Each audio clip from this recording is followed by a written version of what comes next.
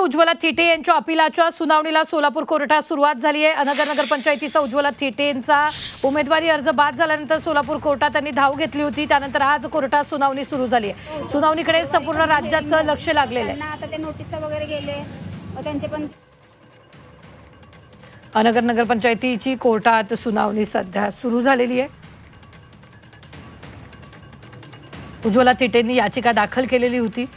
अर्ज बाद झाल्यानंतर थिटेंनी कोर्टात धाव घेतलेली होती, त्यावर सुनावणी सुरू झालेली आहे।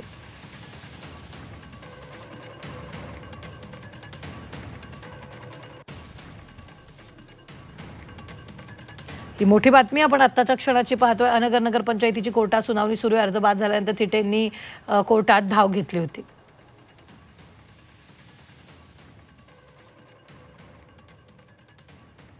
याची त्यांना आयडिया आहे।